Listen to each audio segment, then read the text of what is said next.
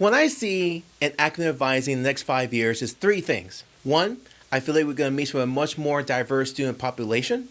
Two, I feel like technology is going to evolve even more, especially in the social media realm. And third, that I feel like academic advising models is going to take much more of a holistic approach and maybe have a little hybrid twist to it of academic coaching.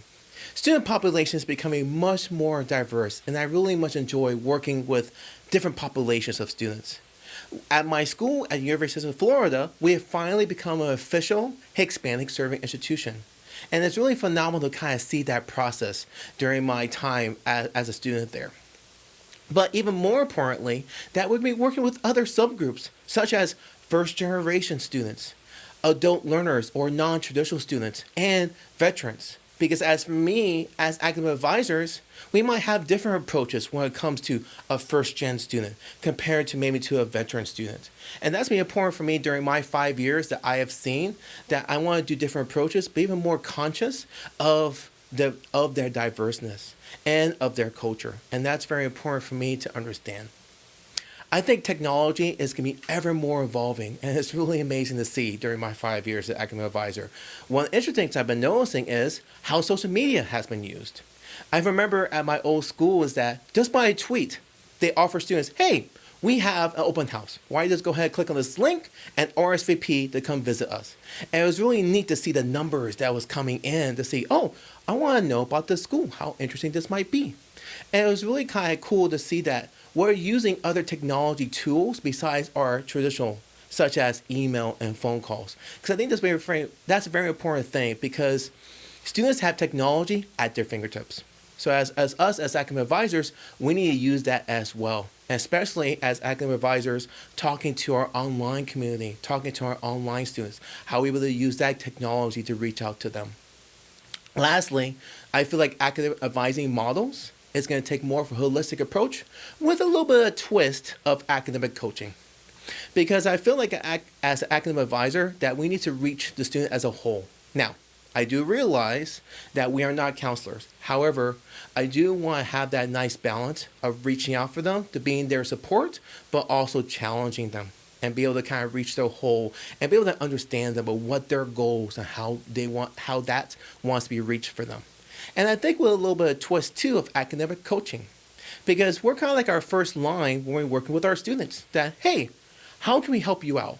What can we do to help you be most successful at our institution? Even more importantly, what kind of study skills we can help you out with? Like, let me help you out with time management. Maybe I can give you little skills of test taking strategies. And that way, we can help you out as a whole to be able to make you be the most successful student here at our institution. And that's where I feel I'm going to see the next 5 years as of when it comes to academic advising.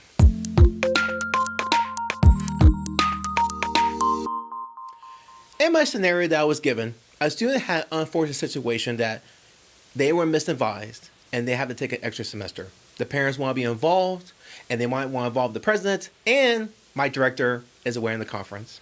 What I'm going to do. One of the things I want to do with me is that I want to make sure that I'm on the same page with everybody in my department, especially of the next person who's in command when my director is gone. Because I want to make sure that I'm able to cover the policies that I need to do on my part, but even more importantly, make sure that I'm following the right things to help out this particular student. Sometimes I might even involve my colleagues and might bounce off ideas like, hey, am I doing this right? Does this seem okay?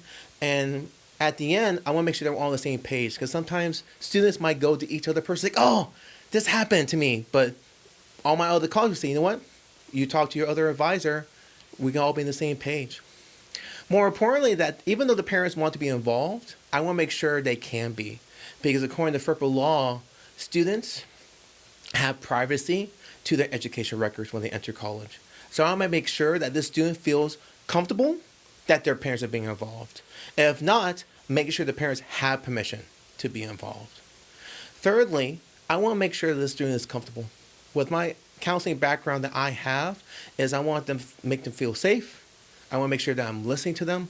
Even more importantly, actively listening to them and being empathetic of their situation. Because it's a pretty tough situation of knowing that, I have to stay here another semester, but I want to make sure that I want to be safe and I'm not being defensive and I'm there for them to be able to do that, in which I'll be using my appreciative advising model, in which I'm going to help disarm the situation. Because first impressions are going to go a long, long way.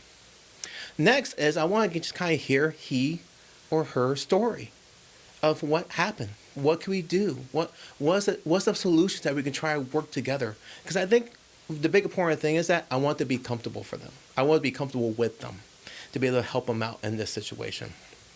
And even though I want to be friendly, but I also need to be firm, because I want to make sure that I give everything on the table with them. Because even though the scenario says that the student is forced to take a semester, no, for me, I make sure my students are not forced to do anything. They still have a choice. They still have a choice of, okay, here's all my options. What can I do? And one of the options that we might try to do too is that at my other institution, that if a class was misadvised, that sometimes they might have an opportunity, they might get refunds. So I want to make sure that that option might be on the table too. But I want to make sure that student understands that all the policies that we have at this institution. And that's something that I want to try to do, to make sure that they're comfortable in their environment, that they are with me, and making sure that we can make them be the most successful students in this tough situation.